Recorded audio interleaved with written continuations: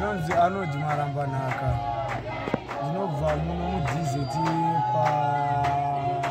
paMagora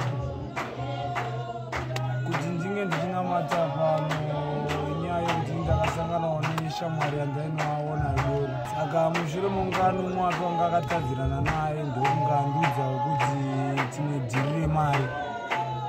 Saka iye akabva anditi inini ndichange ndichiwaraidza mumwe wangu kuti iwe ukwanise kunge uchenda kuita zvauda kuita. Zvichokwadiwo ndobva ndanoenda kumba pake mumwangu weshamwari wemwangu anayo. Ndobva ndasvika ndakaba amplifier nespika nekeyboard. Ndobva ndatakura ndobva ndanotengesera iye aiti ana bhayakare. Ndobva mufonera mukomana wewe ndobva auya ndobva tamutengesera. Tanga takawirirana $300. Saka panguva yacho yakandipawo $100 achinditi imwe 200 dzinozopedzisa. Ndakagara zve2 weeks. Pa2 weeks idzodzo makuseniamu acho ndakarara ndakatanga kunzwa seizwa raitaura kuti enda unondidzosera pakunditora kwaukandiita. Ndobva ndazvionawo sezvinhu zvisina basa rese. Ndakatoudzawo mumwe wangu ndakati ndozvaitika zvishuwa. Ndakati ndakararawo kumanheru kunzvero zvekuma8 ndopa ndakatanga kunzwa kukwenyewa kunge sechinhu chikundikwenya kana kuti pane munhu aundikwenya. Kusvikawo ndatongotanga kunzwa kuwaviwa. Ndopa akafonerwa tete vanowari hanzvadzi yababa. Ndobva vauya nabamunini. Ndobva vandita zvinoda tiendewo kumaprofita kana kuti kumubatsiri nemushure mekuona zvandaita. Shuwa takasvika pamuprofita ndobva nditi pane nyaya iripo, pane munhu dare rekuti ripere zvinotishupei zviri kuda kuti zvinobatsirwa kune munhu ane mhaka yakaita akudza here.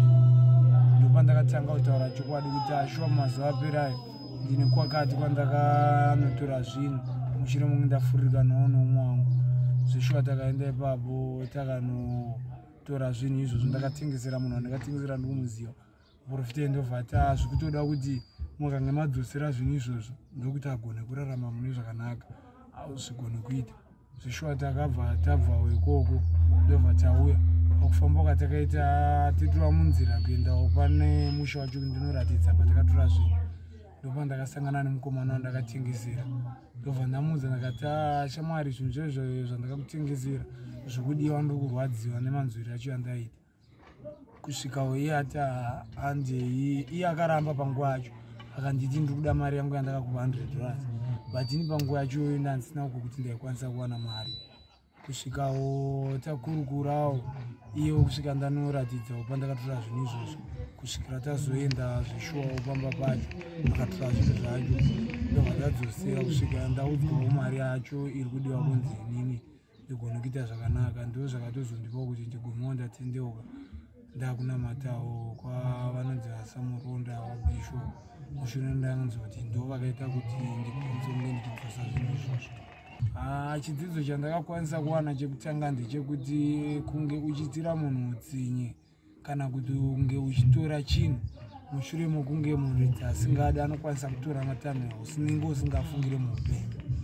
Zvekuti ininiwo ndansinawo chokwadi chekuti muupenyu ungange munhu uchidzosera chinhu chanenge waba nekuti aitombodzonzi kana waba unogeza maoko neweti kuti mushonga usange uchibata. Zveshuwawo shuwa ndakazviita but ndakatoshamisikawo nazvo ende ndaitombozviita apatapa ndakashamisika nazvo kuti zvandikurirawo sei. Saka chidzidzo chandaonacho ndechekutoti kunamata Mwari unokwanisa kunge uchiwana kubva pakutambura kwaunenge uchiita ikoko unokwanisa kusuma. Dzidziso yangu iri pakuti chero ukanzi wakaita zvokufambira kuti unorombera kuti unge uchiba but kune vamwe vakuzvikwanisa kana kuti nekuda kwezita raMwari vamwe vanozvigona zvokuti unokwadziwa kana kutoparara uchinge uchiomera chokwadi chekuti utaure kuti shuwa zvinhu zvakaba pana nhengi kuti unodzosera zvinhu zvechokwadi unokwanisa kuparara wakatoigiwa zvokuti ndasingatarisira kuti pamwe ndichatenge ndiri mupenyu ndichirarama asi totaura kwandikutoita nemanzwiro acho andakaita panguva yacho. Munhu wandakatorera zvinhu handisati ndapedza umwe ndichimubhadhara nekuti munhu akunzi timubhadhare pamari yatakanga takataurira $800.